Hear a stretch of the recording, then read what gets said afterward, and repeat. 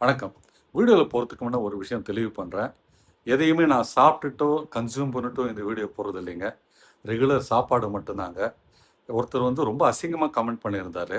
ரொம்ப மன வருத்தத்தை அளிச்சதுங்க. ஸோ எல்லாமே உங்கள் நலனுக்காக போடுறேன்.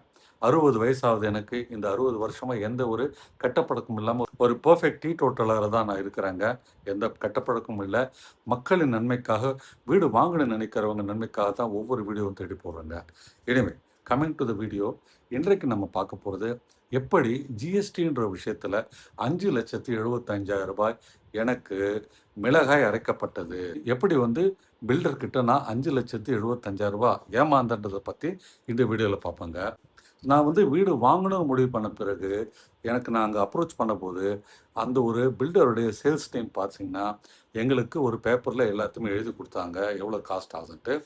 அதில் ஒரு காம்போனன்ட் தாங்க ஜிஎஸ்டி. என்கிட்ட ஜிஎஸ்டின்னு சொல்லப்பட்டது 12.5%ங்க. அது பார்த்தீங்கன்னா வந்து 10.29 லட்சம், அதாவது 10,29,000 ஜிஎஸ்டி ஆகுன்ட்டு சொல்லி எனக்கு எழுதினாங்க. நானும் அதை உண்மை நம்பிட்டேங்க ஆக்சுவலாக. சரின்ட்டு அதன்படி எடுத்துக்கிட்டு நம்ம வந்து ஃபண்ட்ஸ் அரேஞ்ச் பண்ணுறது பற்றிலாம் நான் வந்து பிளான் பண்ணுங்க. சில வாரங்கள் கழித்து எனக்கு வந்து அக்ரிமெண்ட் போடப்பட்டது. அந்த ஒரு கன்ஸ்ட்ரக்ஷன் அக்ரிமெண்ட், அப்புறம் பார்த்தீங்கன்னா சேல் அக்ரிமெண்ட். அப்போல்லாம் வந்து 2 அக்ரிமெண்ட் போட்டாங்க. ஆனால் இப்போ நீங்கள் போய் ஒரு அப்பார்ட்மெண்ட் வாங்குறீங்கன்னா காம்போசிட் அக்ரிமெண்ட் தான், அதாவது சிங்கிள் அக்ரிமெண்ட் தான் போடுவாங்க. அதுலேயுமே இந்த ஒரு மாற்றத்துலையுமே என்கிட்ட வந்து ஒரு 3 லட்ச ரூபா அதிகமாக வரி வாங்கப்பட்டது.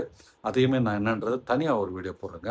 Coming to this GST aspect, என்கிட்ட வந்து அவங்க சொன்னது 10,29,000 ஜிஎஸ்டி, அதுவும் 12.5% சொன்னாங்க.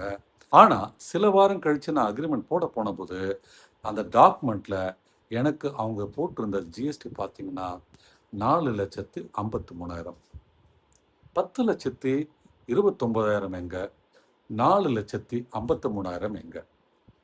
கேட்டபோது, சார் நாங்கள் வந்து இன்வாய்ஸில் வாங்குகிற ஜிஎஸ்டி பார்த்தீங்கன்னா 5% தான் அப்படின்னாங்க.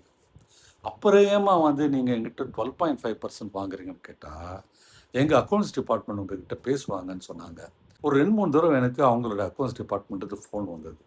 அவங்க என்ன காரணம் சொன்னாங்க தெரியுங்களா? நாங்கள் வந்து மெட்டீரியல் வாங்கும்போது என்ன ஜிஎஸ்டி பே பண்ணுறோமோ அதுக்கு எகென்ஸ்டாக வந்து உங்ககிட்ட வாங்குற பணத்துலேருந்து நாங்கள் இன்புட் டேக்ஸ் எடுக்கிறோம்.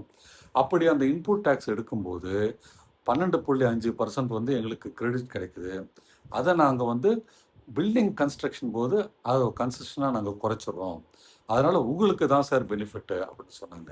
நான் மறுபடியும் உங்களுக்கு கிளாரிஃபை பண்ணுறேன். பில்டர் வந்து கன்ஸ்ட்ரக்ஷன் மெட்டீரியல் வாங்கும்போது என்ன ஜிஎஸ்டி பே பண்ணுறாரோ அதுக்கு எகென்ஸ்டாக வந்து எங்கள் பணத்தை வச்சு இன்புட் டேக்ஸ் எடுப்பாராம். ஸோ தட் வந்து ஜிஎஸ்டி வந்து அது நல்லிஃபை ஆகிடுமா. அதனால் எங்களுக்கு பில்டிங் கன்ஸ்ட்ரக்ட் பண்ணும்போது அதிகம் காஸ்ட்ல இல்லாமல் குறைச்சி கொடுக்குறாராம். அதாவது அவர் சேவ் பண்ணுற 12.5%, பில்டிங் கன்ஸ்ட்ரக்ஷன் போது எங்களுக்கு அதை வந்து அட்ஜஸ்ட் பண்ணுறாராம் ப்ரைஸில். ஆனால் இவ்வளோ சுற்றி முற்றி அதையும் பண்ணணுமே எனக்கு தெரியலைங்க. ஏன்னா எங்குமே எதுக்குமே லிங்க் கிடையாது டாக்குமெண்ட்டில்.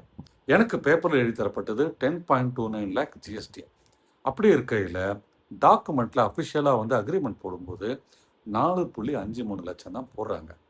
கேட்டால் இந்த மாதிரி வந்து பயங்கர கதைகள்லாம், ஜிஎஸ்டி கதைகள்லாம் சொல்கிறாங்க. ஸோ எனக்கு இந்த கணக்கெல்லாம் ஒரு கட்டத்தில் புரிய வரும்போது தெளிவாக தெரியுது நம்ம ஏமாற்றப்படுறோன்ட்டு. ஆனால் தலையை கொடுத்தாச்சு. ஏன்னா அந்த அக்ரிமெண்ட் டைமில் கிட்டத்தட்ட 30-35 லட்ச ரூபா பேமெண்ட் வந்து நான் பில்டருக்கு கொடுத்தாச்சு. இப்போ நான் திடீர்னு வந்து வாக் அவுட் பண்ணுறேன்னா நான் வந்து ஹியூஜ் பெனால்ட்டி பே பண்ண வேண்டியது இருக்கும். இல்லாட்டி அந்த பணம் கிடைக்கிறதுக்கு எனக்கு 6 மாதம் ஆகலாம், 1 வருஷம் ஆகலாம். ஏன்னா பில்டரோட ரெப்புடேஷன் அவ்வளோ பேட். ரீஃபண்ட் கொடுக்குறாங்கன்னா அதுக்கு 6 மாதத்துக்கு 1 வருஷம் ஆகும். எதுவும் இன்ட்ரெஸ்ட்டும் தரமாட்டாங்க.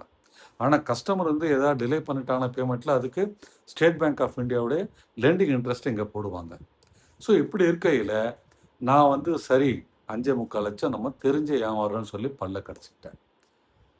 விஷயம் வந்து என்னோட மட்டும் முடியலைங்க. எங்களுடைய கம்யூனிட்டியில் அத்தனை பேருக்கும் 900க்கும் அதிகமான வீடுகள் இருக்குது. அத்தனை பேருக்கும் இருக்குங்க. ஆனால் பல பேர் இந்தளவுக்கு அதை புரிஞ்சுக்கிட்டாங்களான்னு தெரியல. அவங்களுக்கெல்லாம் என்ன எழுதி கொடுத்தாங்கன்னு தெரியல. ஆனால் நிச்சயமாக இந்த மாதிரி தான் சதுரங்க வேட்டை அங்கேயும் நடந்திருக்குங்க. நீங்கள் வந்து ஏதாவது ஒரு பில்டர்கிட்ட வீடு வாங்குறேன்னு நினைக்கிறீங்களா? Please understand all these tiny details. ஒரு விஷயத்தையும் முன்னாலே பாருங்கள்.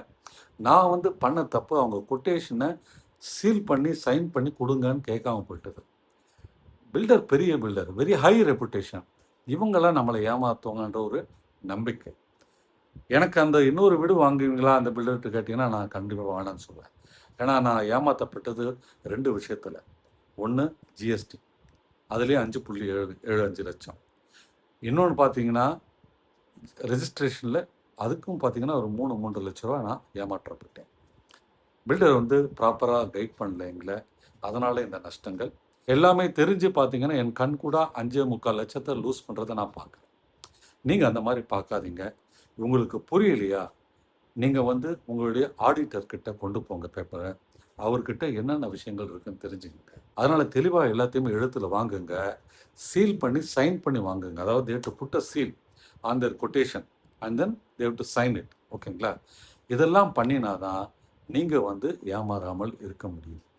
இந்த மாதிரி ஒரு அவேர்னஸ் வீடியோஸ் தான் உங்களுக்கு கிரியேட் பண்ணுறோம். ஸோ ஃப்ரெண்ட்ஸ், ஒரு விஷயத்துலையுமே வீடு வாங்கும்போது ரொம்ப ஜாக்கிரதையாக இருங்க. நீங்கள் விரைவில் வீடு வாங்கி நல்லபடியாக வாழ வேண்டும் என்று நான் இறைவனிடம் பிரார்த்தித்து கொண்டு விடைபெறுகின்றேன். அடுத்த வீடியோவில் பார்ப்போம். நன்றி, வணக்கம்.